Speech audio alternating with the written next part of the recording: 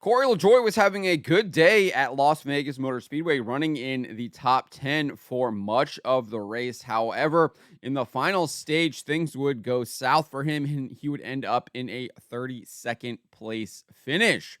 He spoke with reporter Jonathan Figeld. I think that's how you say his name. If I'm getting that wrong, that's my mistake.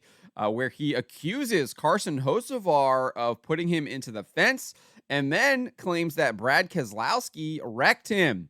Before we get into this, I'd like to ask you, please hit that subscribe button, hit that bell for notifications so you don't miss any of our future videos here at John Trent Racing. Let's just get into this and listen to what Cory LaJoie had to say following the race. Let's take a listen. Yeah.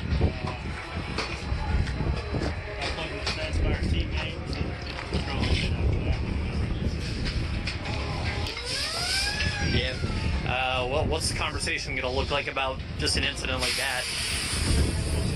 We'll see. And, I mean, just the speed you guys had, how encouraging is that?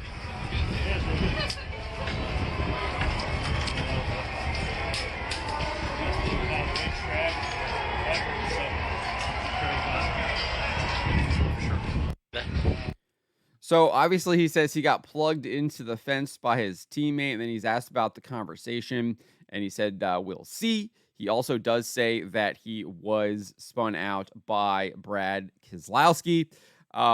I didn't see anything about him being put into the fence by Carson Hocevar. We did have a couple of witnesses who were watching the in-car cameras during the race. This person here, Jay Gard, was asked by or responded to Derek J. Yoder asking, did he get fenced by Hocevar? And Jay Gard says, yeah, I was watching the onboard when it happened. We also had Tim Chapman, who wasn't sure, but he said, did Hocevar just put LaJoie in the wall a bit there on that onboard shot and with a question mark? And then said it looked the 7 just brushed it, #NASCAR.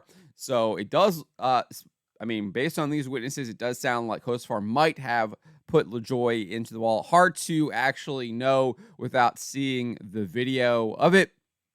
Those in-car cameras that NASCAR provides are only good while watching the race. You can't really see them afterwards unless they put it up on their YouTube channel. As for him getting spun out by Brad Keselowski, I think we can definitively say that did not happen. You can look at the wreck right here, courtesy of Fox NASCAR. Obviously, they're at the towards the back of the track there.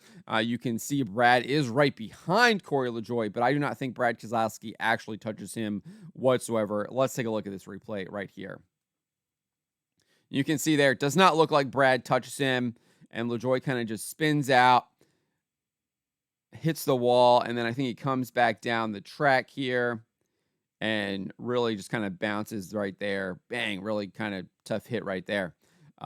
So here's the in-car camera from Cory LaJoie.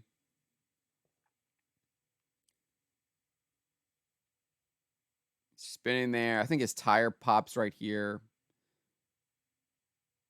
And then, bang, down on the track. And then we actually do have the in-car camera from Brad Keselowski to show that he didn't touch Cory LaJoie whatsoever. Let's take a look at this right here.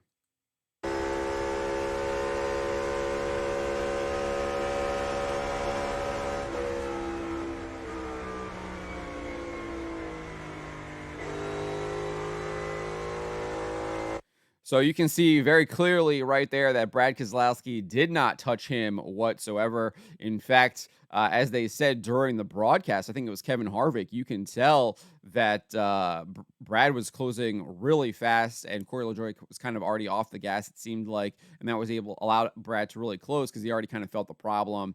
And then LaJoie kind of just spun out and Brad dipped underneath of him. So I think he is incorrect on that, and I think the video replay confirms that. We will have to wait and see on what exactly happened with Hocevar on that replay, but LaJoie clearly thinks that Hocevar put him into the fence. We do obviously have those 2 individuals that seemingly corroborate that story, but we'll see if we actually get to see some kind of video evidence of that, or if it'll be something that will just be discussed between those 2.